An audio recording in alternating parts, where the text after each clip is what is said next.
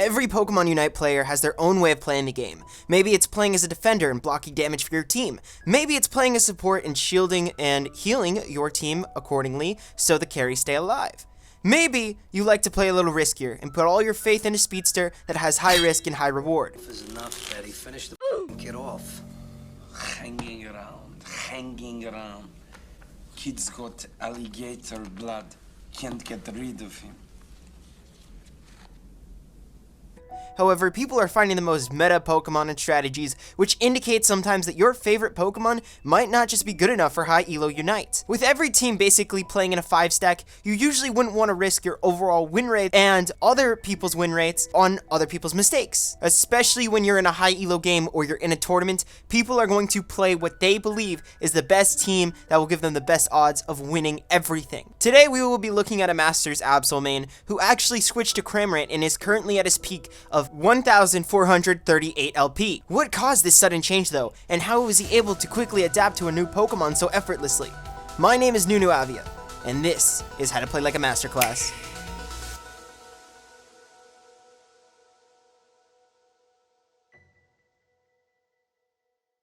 I go by IPesty or IPesty Gaming. I'm the team captain of Say Less. I currently main Cramorant and Ninetales. I'm master rank 1400, which is currently around top 400-ish. Originally, I started 2Q in solo, and I got to around Ultra 3 or 4 by playing Talonflame and Absol in jungle and top lane. And then I joined the Pokemon Unite Discord to play with like a 5-man team for the rest of the climb. The trick to climbing the Masters is basically to know that most of your teammates are not going to do what you want them to. You kind of have to learn to play around that. This is IPesty. He has 0 prior MOBA experience, which is odd because most players in Master are League, Dota, or Smite players, or have some prior experience, which has drastically helped them with the learning curve of Pokemon Unite. IPesty had 0 information going into Pokemon Unite and ended up in the top 0.1% of players. This is impressive because most people end up average after spending a decade trying to improve. So how does IPesty improve? How does he do it? This is a very complex answer, but I'm going to take a complete 180 and actually describe it in one simple term, which is humility. Pokemon Unite is a MOBA, and MOBA games are games of skill and knowledge. However, when you first start out, it is a game of knowledge before skill. If you don't know the basic concepts of a MOBA, don't even try practicing the combos or anything else. If you don't understand the game as a whole, you're not going to do well in the game. IPesty practiced and saw what worked for him and what didn't. And even though he had found a lot of success, being successful doesn't shield you from the toxic side of the community. Playing Absol ahead is like getting your homework done early so you get to just have fun while everyone else has to catch up the day before. And unfortunately, it's already too late because Miss Cobblesworth gives them all a D because no one puts the date on the top right except you did, because you made sure to ask her how she wanted everything formatted so you get an A. On the flip side, however, playing Absol from behind is like failing your final and having to get your parents to sign it and bring it back to the teacher. To put it bluntly, you do not. I repeat, you do not want to play Absol from behind. Many speedsters also have this problem where if they get even or behind in levels, they don't offer much to the team comp. The only speedster that I think is the exception to the rule is Gengar, because he scales very well into the late game in an even playing field, so there really is no downside. But what makes Absol so bad at scaling, and why does he have to get ahead to be good? Well, first of all, crowd control exists. And this is Slowbro's Telekinesis or Snorlax's Heavy Slam. Basically, anything that stuns you and takes you out of commission for a second on the battlefield is detrimental to an Absol. You are fragile, you're not like a Garchomp, you don't have a ton of defenses, you don't have any range, you're melee, so you kind of have to stay on top of people to auto-attack them and do damage. And you don't have any crowd control yourself, so you're not going to be able to scale as well as, you know, any other Pokemon in the game. Now, don't get me wrong, Absol is fantastic for solo queue and is fantastic for lower elos. I am talking about a coordinated 5v5 team fight, which there are Crustles and Snorlaxes galore. You are never going to be able to use this Pokemon to its fullest potential. And every statement that I've said in this part is reflected in IPesty's experiences in the high elo Unite servers. After I had enough Eos coins, I was looking at Absol and spent a little bit getting used to the game and decided that was a good pick. So after 2 or 3 days, I ended up at like Ultra 3 or 4 and climbed to Masters with a team. After playing against some really good players, they told me Absol doesn't really work in high level play due to its lack of teamfight ability, despite being really good at early game. So I tried to argue with them and eventually realized they were right. So I immediately switched to Ninetales and played that up until the first Floatstone tournament, which we placed third, and realized once again that the meta was shifting. Alright, so before the interview, you said something about Cramorant's secret tech. What exactly is this?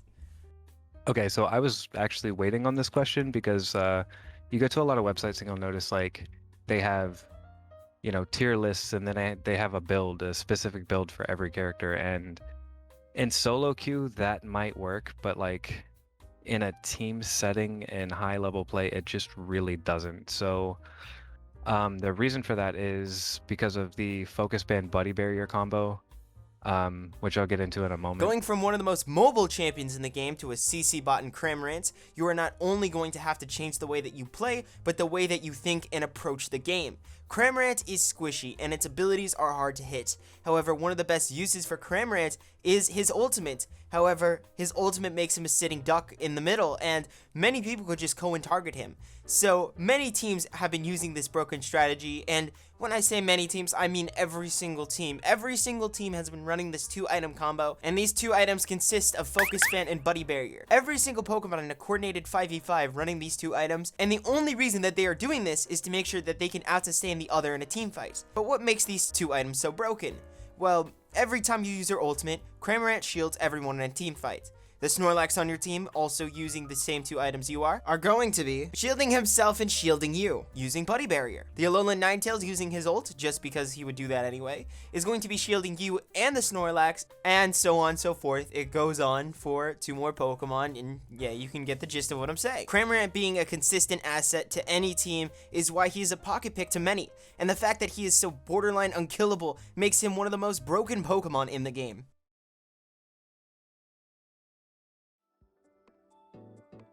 On Cramorant, I take Hurricane and Surf, and the reasoning for that is basically for the knockup potential.